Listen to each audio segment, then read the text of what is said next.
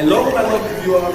Welcome again to my channel. It's your favorite presenter, Jeff Nino, and today we are going to be looking at circle geometry, Theorem 5. Now, so far so good, we have been able to look at 4 theorems, and today we shall be taking a look at tangents of circles. Okay, now most of us have gone through this theorem before, and most of us don't understand how this theorem actually works.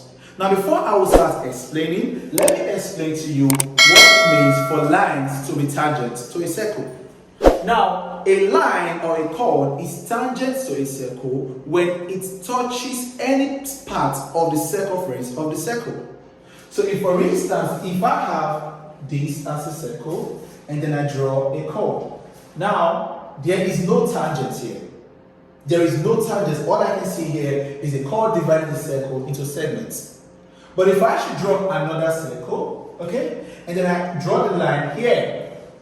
Now, at this point, where the line touches the circumference of the circle, this is the point where the tangent is formed. So at this point, the line is tangent to the circle. Okay, so right now that you understand how a chord or how a line can be, so it means a line can be tangent to a circle at any part. It could be here, okay? It could also be here. So far, it touches the circumference of the circle. That is how tangents are formed. Okay, good. So now that you know how tangents are formed, the next step, or the next we are going to look at are the theorems involving tangents. Theorems that involve tangents of circle. Now, for a better understanding, I will be dividing tangents theorem into two. And the first one talks about angles between tangents and radius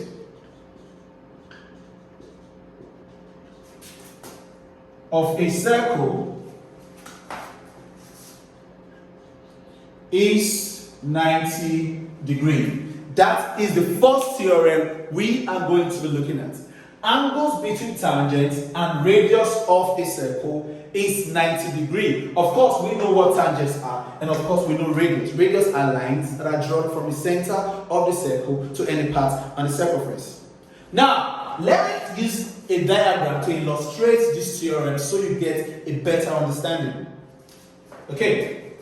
If this is a circle, alright, and if this is a tangent, because at this point it touches the circumference.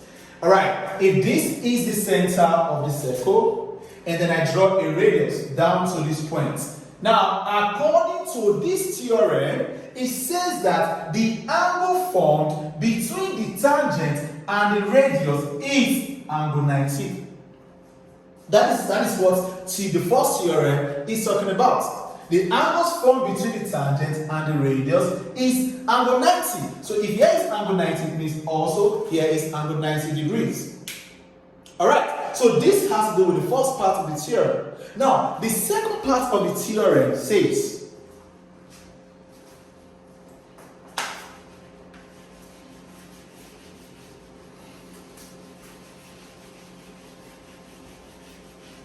now, second part of the theorem says lines of tangents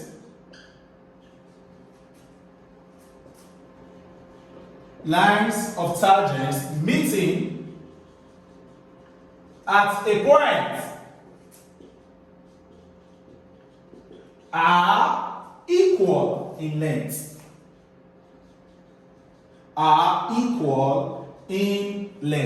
Now, the second theorem says lines of tangents meeting at a point are equal in length. Now, let me use a diagram to illustrate this theorem so you get a better picture of what I'm talking about. Okay, now if this is a circle, alright, and then I have a line that forms a tangent here, okay, and then I have another line that forms a tangent also. Now, at this point, this is a tangent, this is also a tangent. Now, if I should say here is A, here is point B, and here is point C. Now, according to this theorem, watch, line AC is equal to line BC.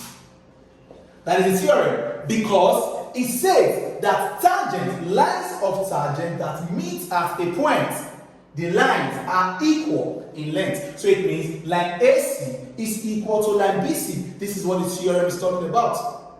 Okay, so now what we are going to do is this next. I'll show you how you can actually prove, or how you can actually show that line AC is actually equal to line BC.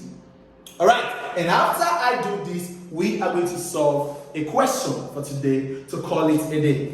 Now, before I proceed, please, if this is your first time joining us, you are welcome to our channel. But please don't forget to subscribe and also help us share our videos, because this is the main reason why the channel is actually created, to reach out to students that actually have phobia for mathematics. So let us proceed in proving how line AC actually is equal to line BC. Alright, now let's see.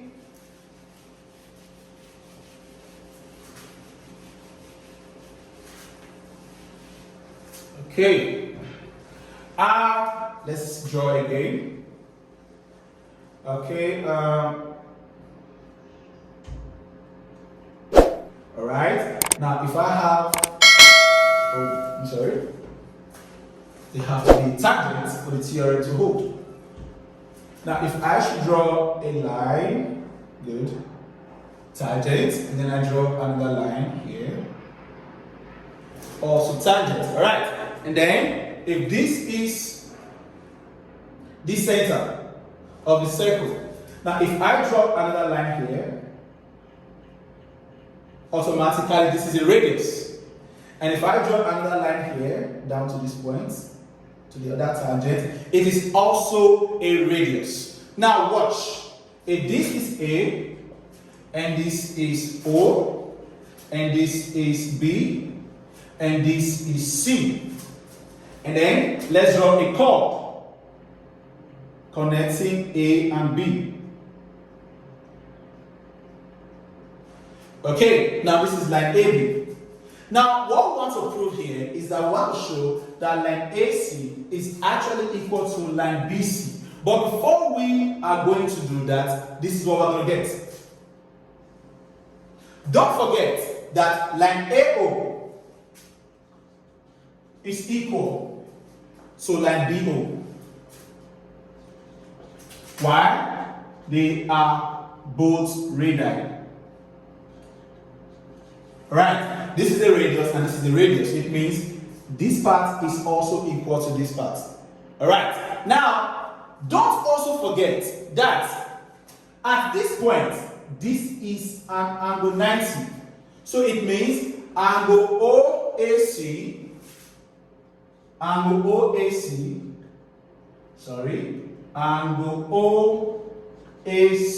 is equal to 90 degrees. And I believe you know how I got here as 90. According to the first part of tangent theorem, which I said the angle between the tangent and the radius is 90 degrees. Now also, angle OBC now is also equal to 90 degrees. Are you with me? Because there's also a tangent and there's also a radius. So I will come here now. It means angle OBC is also equal to 90 degrees. And so theoretically rather, angle OAC is also equal to angle OBC, because both is equal to 90 degrees. Therefore, angle OAC is equal to angle OBC, which is equal to 90 degrees. Okay, now this is what we are going to do next. Let us introduce a line connecting point O and C. Now if we do that, let's connect it. If we do this, this is what we are going to get.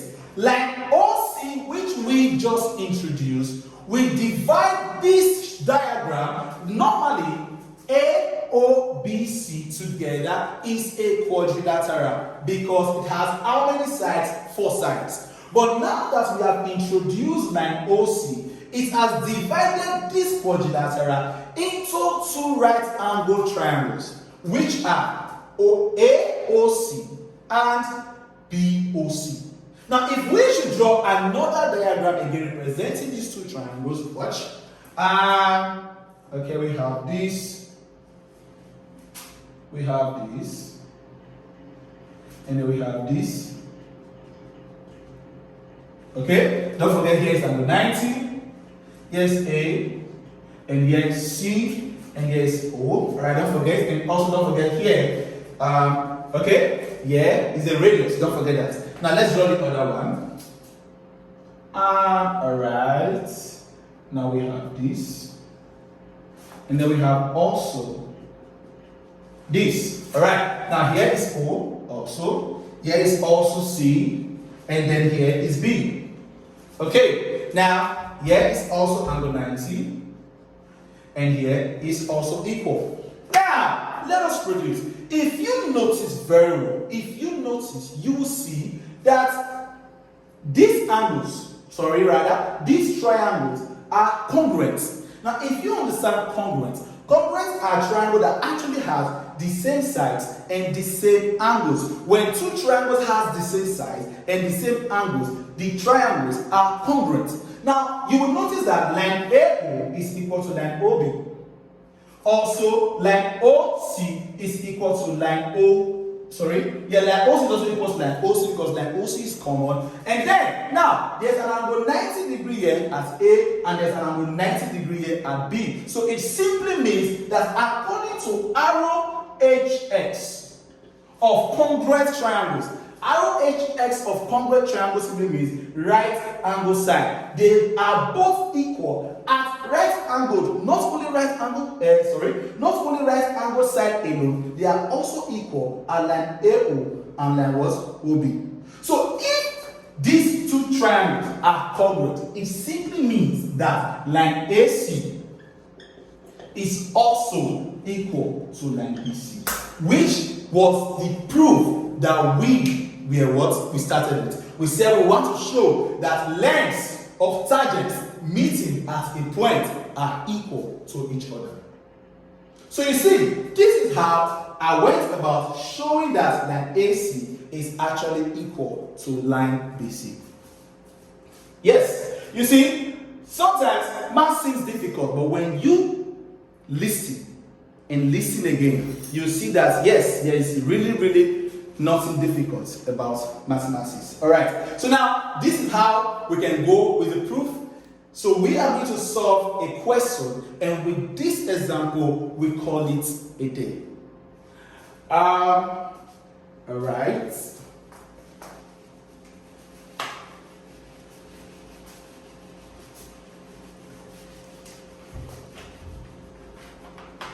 I'm coming. Please don't forget to comment also if you love the class. Anything, feel free to comment. Feel free. Alright. The question we are going to be solving, okay, says calculate the angles. Calculate the angles. Alright, EFG, okay, OFG, alright, and FOG. Now, this is the diagram that we are using. Okay. Now there must be a tangent. Okay. And another. Now, of course, we have F, E, G. Alright? And then we have center O. We have a radius to the point of tangent. And then we have another radius to the point of tangent. Okay? And then this is the center O. and then we have a chord connecting F and G. And so, in this question, we are told to find E, F, G. Alright? E, F, G. Okay, and of course, here in the question is 20 degrees. Now, E, F, G, let us label X, angle X. O, F, G, which is here. Let us label Y, right? And F, O, G, which is here, the center.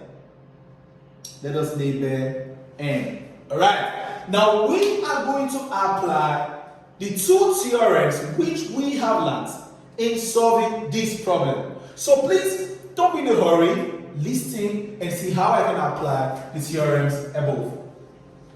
First of all, we all know that FO, line FO, is equal to line OG. Because why? Both lines are radius. They are equal to each other. And of course, line FE is also equal to line GE. Because why? According to Theorem 2, it says that the lengths of tangents meeting at a point are equal. So it means FE is a tangent, GE is a tangent. So automatically, line FE is equal to line GE. So let's bring it out. Line OF is equal to line OG. Alright?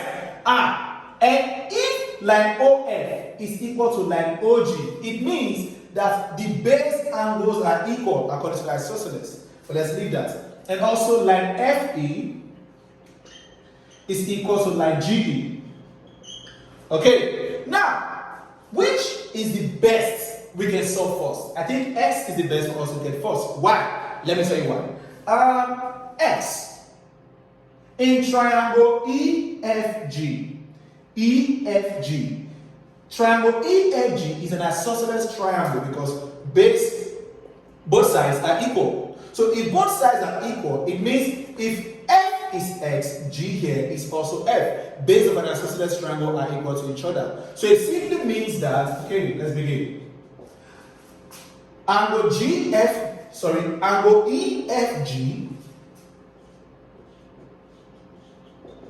is equal to angle EGF, which is equal to X. So it simply means both base are the same. So if here is X, it means here is also X. Now, let us proceed. Now, if here is X and here is also X, it means that sum of angles in triangle FEG, which is X, X, and 20, is added up to 180 degrees. So, of course, it means X plus 20 is equal to 180 degrees. Sum of angles in a triangle. So, we have X plus 20 degrees is equal to 180 degrees. And of course, x plus x gives us 2x plus 20 is equal to 180 degrees. Now, if we connect like terms, if plus 20 crosses to the right hand side of the equation, we are going to be having 2x is equal to 180 degrees minus 20 degrees. And then 2x is equal to 180 minus 20 will give us 160 degrees. So if we want to make x the subject of the formula, we have to divide both sides by 2. And if we do that, x is equal to 80 degrees. Because 160 divided by 2 gives us 80. So now, without wasting time, let us proceed. Now that we have gotten x, which again do we think will be easier for us to get? Let us get n. Now for us to get n, watch.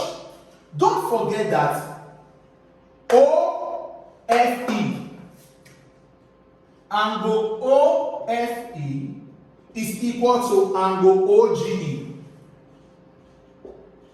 which is equal to 90 degrees. Don't forget that. Because Theorem 1 says that the angle between tangent and radius is 90 degrees. The angle between tangent and radius is 90 degrees. So if here is 90 degrees and here is 90 degrees, it means OFEG is a quadrilateral. And sum of angles in a quadrilateral is added up to 360 degrees. So therefore, n plus 90, here now is 90, plus here also is 90, plus 20 degrees is equal to, 360 degrees. Alright, now, m plus 90 plus 90 is 180, and of course 180 plus 20 gives us 200 degrees is equal to 360 degrees. And then if we work with that, m becomes 360 degrees minus 200 degrees, connected like terms. So here we're going to be having m is equal to 160 degrees. Alright, now we have got the value of m.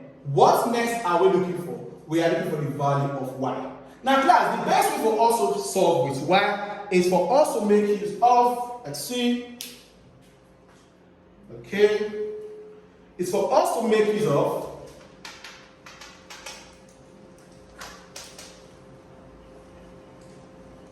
alright, now remember we said that OFE, this full angle here, is 90 degrees. So if OFE is 90 degrees and this x here is 80 degrees, it means for us to get y plus x out there is equal to 90 degrees, complementary angles.